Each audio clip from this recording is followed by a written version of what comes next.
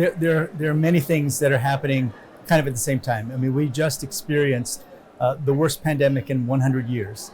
And the response actually in UAE was very good, but in the rest of the world, 6 million people died. So this was a huge tragedy. And it also caused a lot of upheavals in the economy. In the United States, for example, there was $6 trillion worth of stimulus that may have led now to the situation of very high inflation. Now, what's happening in response to the inflationary pressures is that many countries are doing the same thing at the same time. They're reducing their fiscal stimulus and also reducing the money supply by increasing interest rates. And because those things are happening at the same time in so many countries, there's a real potential that will lead to a recession. And of course, as a person always concerned most about developing countries, it's uncertain what will happen in the developing countries. One of the lessons that I've learned over many years of working on the global level is that this is a time when global action is really needed. But what we've learned from the pandemic was that global action is really hard. We probably always knew that global action is hard, getting many countries to work together. But now is the time for leadership so that we can move together. There's going to be a meeting of the IMF and the World Bank, and I'm sure that the ministers of finance and the central bank governors will be talking about what do we need to do now to ensure that we don't descend into a terrible global recession that affects everybody. And I've watched as this group has taken action to prevent very bad outcomes before. So I remain hopeful, and I hope that the governments of the world can respond effectively to a very dangerous situation right now. So my guess is that what the World Bank will say is that tightening fiscal policy for many developing countries is really important because you have to manage your overall indebtedness. If you're injecting a lot of money into the economy and borrowing as a result, that's very, very difficult.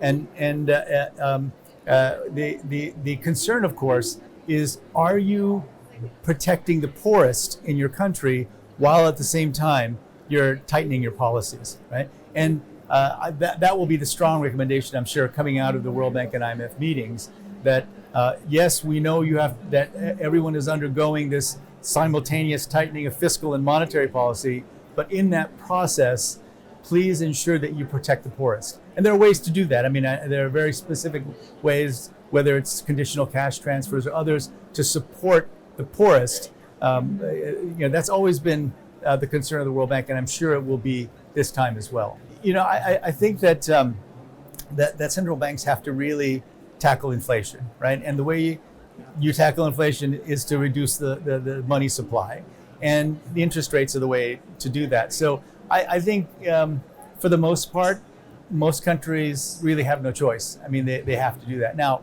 the outcome of that are exchange rates that we've never seen before, right? The British pound and the US dollar nearing parity. I've never lived in a world where that's the case. Euro is already below the dollar. So there are some situations that are evolving that we've never seen before, and we don't know what will happen. Now, I'm on the optimistic side in the sense that there are mechanisms like the World Bank and the IMF where all the countries get together to discuss these issues, like the G20. The G20 was built to tackle these kinds of economic issues after the global financial crisis. So I'm going to be watching carefully over the next few months to see what these global bodies do. But let me emphasize, it is really important for the ministers of finance and central bank governors to talk to each other and come up with joint strategies to move forward. That's what these institutions were built for. And frankly, I'm hopeful that we'll have better results. I'm not an expert on the Russia-Ukraine situation. On the other hand, it has caused huge disruptions in many different ways. One of the ways that we've seen the situation change is, we all thought that coal was really dead as a fuel, but in the last few months, the price of coal, because of demand increasing, has gone up tenfold. Right? So the hope is that if there are things resolved, the flow of oil and gas will normalize again to where it was before, and then we can get on with the real task, which is to go through an energy transition where we're relying much more on renewables everywhere in the world. That's really been put on the back burner now because the fuel is so tight.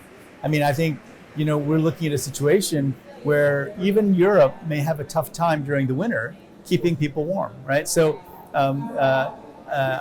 it would be great if we could resolve the situation sooner than later.